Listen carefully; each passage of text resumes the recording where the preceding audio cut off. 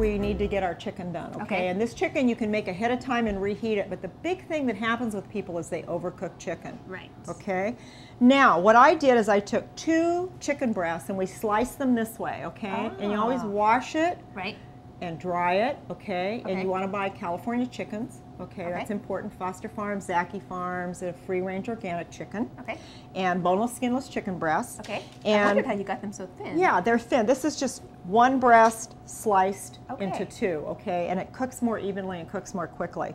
So what we did is we seasoned this with, we had 4 of these with, I'm looking at my recipe, 2 tablespoons of fresh thyme or 1 tablespoon of dried thyme and some salt and pepper, no big deal.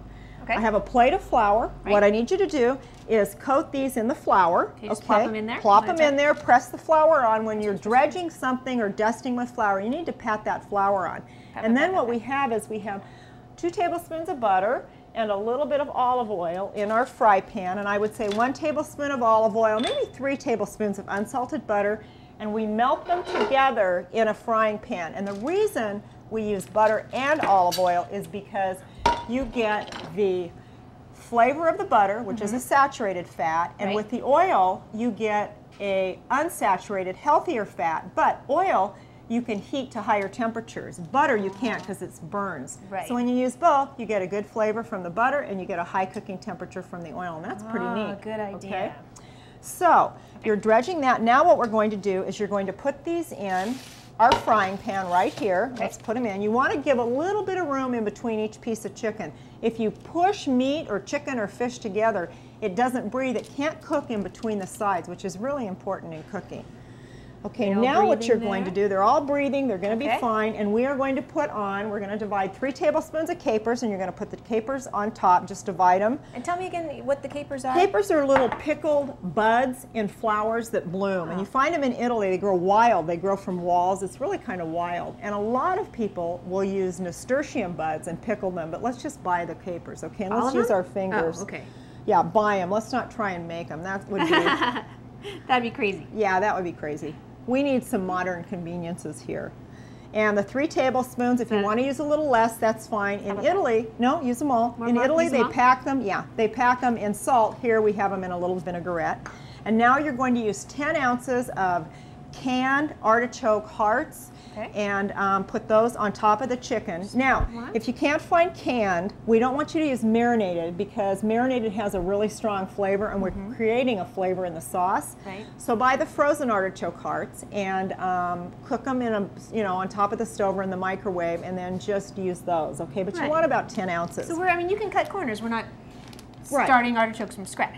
No, you don't do that. That would be a whole other class. It's much easier to use these, okay? And these are wonderful too. Put those on top. Because I think it's overwhelming when we cook to think, where do you start? But you just have to stay focused and keep it simple. You do, and keeping it simple, you get the best ingredients and the healthiest ingredients. Okay, now some lemon slices. I have 1 lemon. And I want you to put the slices on top. No big deal about the seeds? No, well, we'll take the seeds out if we can. Okay, just kind of pick them. Just pick them out. Alrighty. Okay. And I use a regular lemon. You don't have to use a Meyer lemon. You could if you wanted to, but the regular grocery store lemons or homegrown lemons, even better, are a little bit tartar. And we Californians, we really like our lemons lemony, okay? Smells good. Yeah. And now what we're going to do is, I think I have everything. I'm looking at my recipe really quickly. And we're just going to put this on top of the stove right here, and we're going to saute these for about 3 minutes on each side and then turn them over, okay? So Jen, while the chicken is cooking, we're going to cook it for about 3 minutes on each side, okay? And what we have in here is 3 tablespoons of unsalted butter, tablespoon of olive oil. We have our chicken that we spread with a little bit of tarragon and salt and pepper, and then we dredged it in flour, put it in here, and then spread over the chicken 3 tablespoons of capers, 1 lemon thinly sliced, and 10 ounces of artichoke hearts. We're going to cook this 3 minutes, and then we're going to flip it over. And of course, it's all going to fall off and go into the pan, but that's good because after I flip it over, I'm going, and the chicken has been cooked on both sides, I'm going to remove the chicken, and then I'm going to deglaze. And what that's going to call for is I'm going to turn the heat off. I'm going to add a cup of wine and about 4 or 5 bay leaves, dried bay leaves, and just stir it around, and I'm going to take the stuff off the bottom of the pan because all the really good stuff is called fond, F-O-N-D, and it adheres to the bottom of the pan.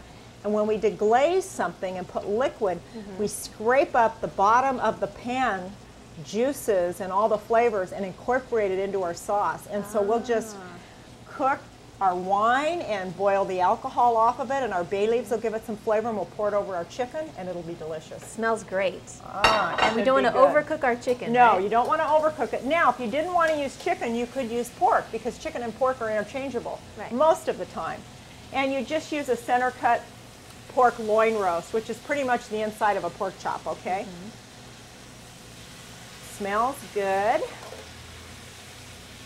And then you can make this, put it in your Friggy, and then take it out, let it set for about a half an hour, and just reheat it gently in the oven or on top of the stove. But you just don't want to recook it again. This is yummy to take on a picnic, or to take to someone's house for dinner, or just have dinner with you and your husband.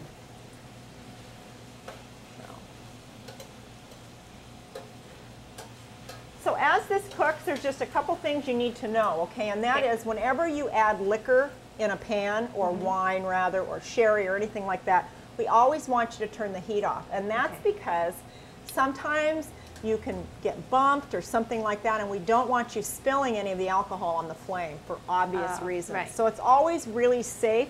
Turn your heat off, add your alcohol, turn it back on. All right. Okay? And the other thing you need to understand is heat brings out the flavor of all herbs and bay leaves and capers and lemons. The only thing that is not enhanced by heat is black pepper. So always pepper at the end of your cooking, okay? And that's just something you might want to remember. And this is looking pretty good in our pan, but it's still not cooked. We're going to give this another minute on each side. And if you were to use those fat old chicken breasts, you know, and not have them, it would take a lot longer to cook this. So, how do you know when chicken's done? I mean, you really have to cook it all the way. You do, but you know what? Usually just by feeling it, and if it's spongy, it's not done, but if you press it down and it's pretty firm, it is. Great. And what you have to remember with chicken and any meat is even when you take it out of the oven, or you take it off of the stove, it's going to continue to cook. Right. So that's why we like to cook it almost until it's perfect. Remove it and it'll continue cooking, and it'll be really delicious. Okay, Jen, now the chicken is cooked. I've removed it. I could cover this if I wanted to, if I were concerned about keeping it warm, but I want you to see, look at how this stuck to the bottom of the pan, and this is called fond, okay, F-O-N-D, and we want this. So I've turned the heat off. I'm going to add our cup of dry white wine, which would be a Chardonnay, Chenin Blanc, Sauvignon Blanc, but nothing sweet, okay? Right. You wouldn't want to use a Gewürztraminer or anything real sweet. And we're going to add our 6 bay leaves. Go ahead, and those are dry bay leaves. Put them on in here. And now I'm going to turn the heat up, and what we're going to do is you're going to notice that as I turn the heat up, what's at the bottom of the pan, the fond, is scraped up and incorporated into the sauce, because this is our sauce. This is a pan sauce, and this is what we're going to pour over the yummy chicken. Right, so you're not using a non-stick pan here. No, you know, we only really use the non-stick pans for eggs and omelets, maybe crepes. We really, when you cook professionally, you really want stuff to stick on the bottom of the pan, and then you're going to get it out by adding ingredients, by deglazing. And that takes care of the sticky pans. So Teflon anymore, we worry about it. People don't use the rubber utensils they're supposed to use. They scrape it up and then you eat it. It's not good for you. So a nonstick pan is perfect for eggs and omelets as long as you use the right This is tools. just a stainless steel Stainless steel, there's tons of brands you can buy. You just want to make sure that when you cook, you always hold on to the handle and that the handles don't get hot. And if you have little kids, you always turn your handle away so that they can't pull it down on them. Right.